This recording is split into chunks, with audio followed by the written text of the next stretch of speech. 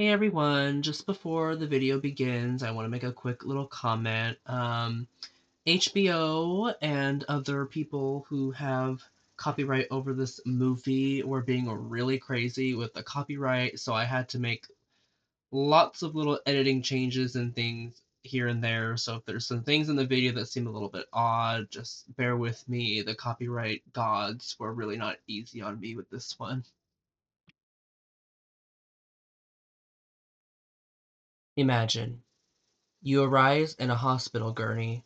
Once a human man, you are now merely your spirit, dressed in a large white sheet with two black holes for eyes. You died in a car accident just outside your home, leaving your wife a widow. You are offered the choice to move on to an unknown afterlife, but you decide to go home. However, home is not what it once was. Time is now accelerated as you're forced to watch helplessly as your wife grieves and eventually moves on. In her absence, you are bound to your home as time goes by with little regard to your place in it, forever wondering what was written on a note your wife left hidden in a wall. This is the existence we are confronted with in a ghost story. Hello, my name is Blade, and let's talk about a ghost story.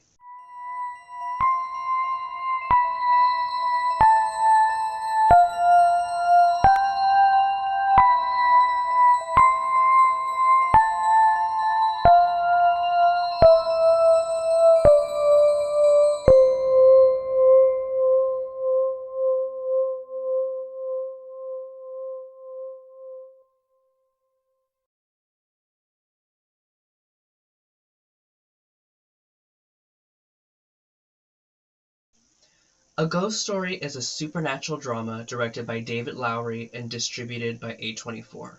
The film premiered at the Sundance Film Festival before being widely released on July 7th, 2017. A Ghost Story was met with universal critical acclaim but average audience response. This is likely due to its slow burn nature and minimalistic style. While a ghost story can be divisive among viewers, the story is undeniably powerful and beautifully illustrates a complex aspect of the human condition. Not to mention, the film is packed full of gorgeous, alluring, and at times ethereal shots. Now, let's be real. Using the supernatural or ghost is not anything groundbreaking or brand new to film. We have 1,000 horror movies out there that deal with ghost stories, but this ghost story is something completely fresh and brand new, and it it avoids any like tropes. I mean, it of course uses, there's some things that are going to come with the territory of ghosts, but while maybe on the surface it might kind of seem like it's about mortality or questioning what's going to happen to us after our die, as those things are naturally going to come with a ghost story, it's actually really not about any of those things at all. And it's, I would say, maybe about our biggest enemy of all, which is time.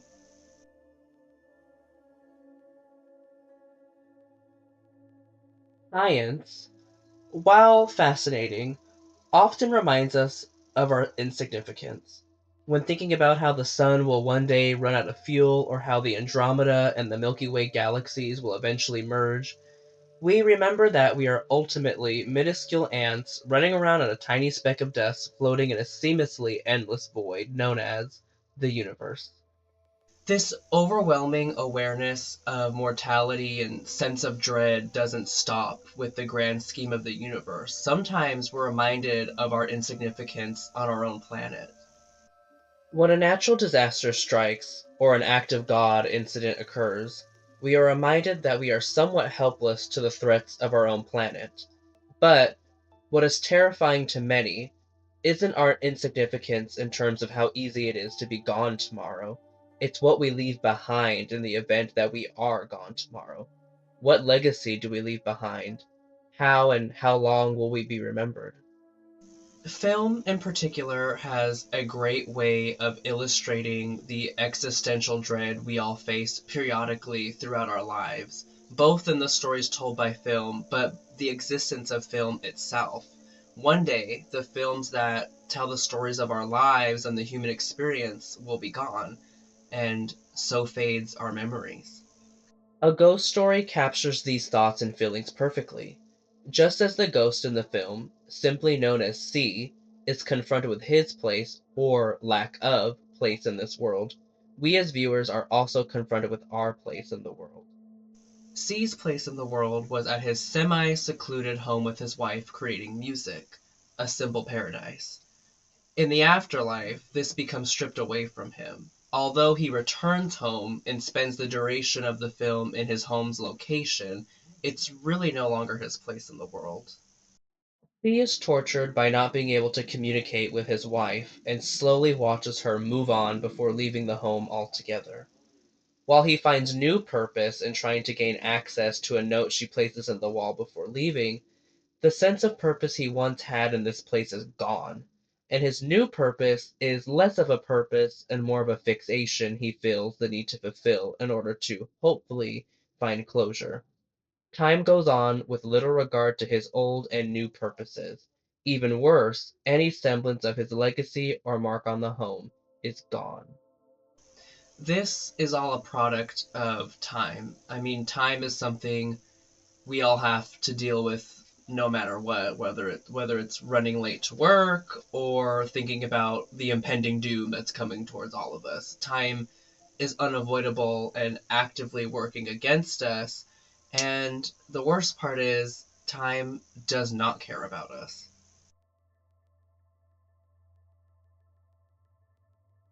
Time moves with little regard to us. When somebody dies, the sun still comes up the next day. While we might want the world to stop while we grieve, it keeps pushing forward and the world continues to go on around us. Similarly, when we die and when we meet our end, the sun will still come up the next day and time will move forward. Thousands of years will go by, our memory will become distant and possibly forgotten. This is something C endures, starting with his wife moving on and leaving the home. But this eventually spirals into something much more grand. We see a new family move in, the home becomes an abandoned hotspot for parties, and is ultimately demolished to make way for the towering skyscrapers of the future. This all happens before C can make sense of it or catch a break. Not only is time moving with little regard to C, in that he is forgotten and caught up in its ever flowing movement, but it all happens in the blink of an eye. Time pays no mind to the harsh conditions it inflicts on C in its speed and violent change. He's not special or an exemption, and time does not spare him or feel bad for him. However, while time in a ghost story goes by quickly and without care to C, it isn't to say that time isn't also somehow simultaneously paused.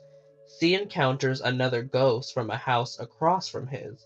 They have been waiting for someone for an unclear amount of time, but we can sense it's been quite some time. They are stuck. With time constantly pushing forward, I think we're all left at times kind of being confronted with our mortality and thinking about how much time we have left. And while we might feel free on the day to day to do what we want and do all these things, we all have these moments where we stop and reflect and we kind of feel trapped. I mean, we're only guaranteed so many years, and that's an unknown number to us. And it's while there's no real box that's around us, you still kind of feel trapped and it's just slowly closing in on you.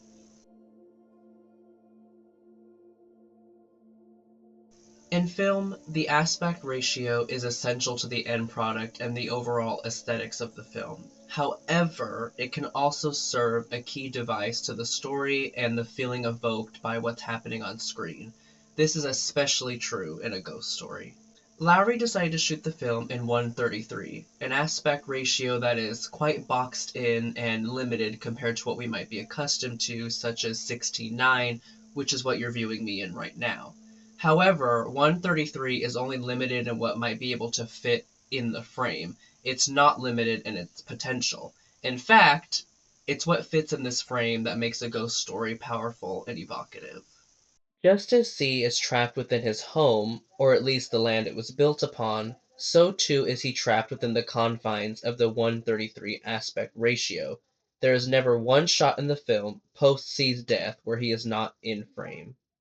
I just want to make a quick clarification. I'm not saying that there aren't times where C isn't on camera. I'm not saying he's constantly on camera. What I mean is when he is on camera, he is always perfectly in the frame somehow. He's never slightly out of frame. He's never like in the background. He is always within that frame. C's isolation is reflected in the aspect ratio, but it's more than just isolation. He's trapped in time, constantly trudging forward and swept up in its flow. C, as well as the other ghosts from across the way, while they are caught in the movement of time, they are also at the same time completely still, stuck, trapped. This theme and motif of isolation goes beyond the aspect ratio. Just as C is never not in frame, he is also often framed in more boxes than just the confines of the aspect ratio. He is framed in open doorways, hallway arches, and giant concrete prison like walls. This is symbolic of his isolation, but also furthers the feeling of solitude and hopelessness we experience as viewers reflecting his experience. A story like a ghost story is inevitably going to have themes that are going to feel a little nihilistic and at times a little bleak, which I do think there is a time and a place for that in film. What I really appreciate about a ghost story is it makes sure to bring in elements that take away from that bleakness, and it really amplifies the story because it shows how we take those concepts and live with them in our everyday lives. What is there to live for when time is actively working against us and everything feels pointless in the grand scheme of existence? This question is addressed in one of the most interesting scenes in the film and one of the few post C's death that includes any dialogue. Somewhere down the line, the house has been abandoned and is being used to host a party. At this party, a character credited as Prognosticator is speaking to a group of people at the party about legacy and our eventual demise.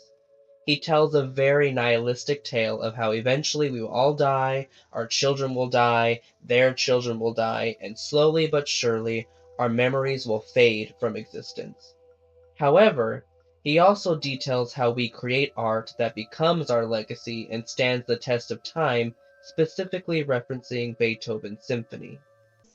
This scene is one of the most thought provoking in the film, in my opinion, because while its content is bleak and nihilistic, it kind of serves the exact opposite purpose. Just as the prognosticator offers up coping mechanisms like the creation of art and art's endurance against the test of time, we as viewers start offering up our own rebuttals listening to his speech.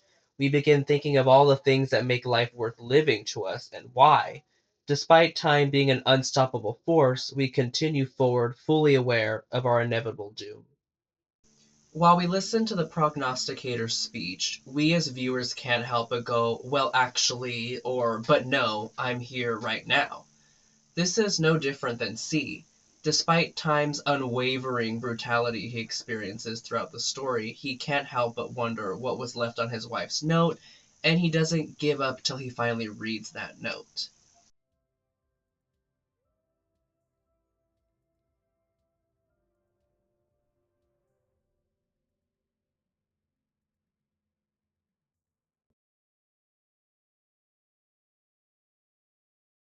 A ghost story is a haunting portrait of the helplessness of time. It moves without any regard to us, our feelings, our troubles, our dreams, or our mere existence. This should be bleak, and to an extent it is, but a ghost story illustrates how we are resilient against the helplessness of time. We carry on, constantly reminded of how we will all perish one day, forgotten to the universe, but we find joy and purpose in the time that we do have.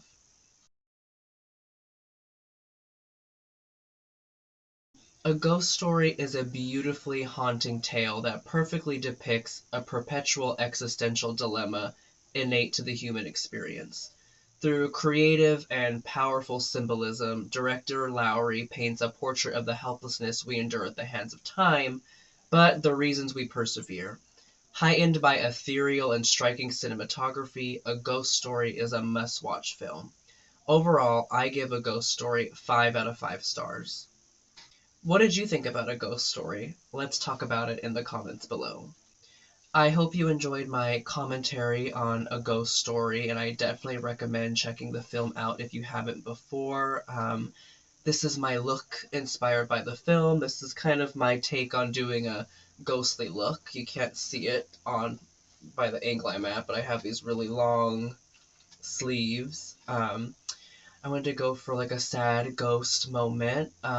But yeah, let me know what you thought about the film, and if you haven't already, consider subscribing. This is a series where I talk about film, whether it be the themes of the film or maybe some crazy backstory to it, just talking about films that I enjoy or want to have a conversation about. And I will see you in the next one where we talk about a film that talks about how the camera never lies.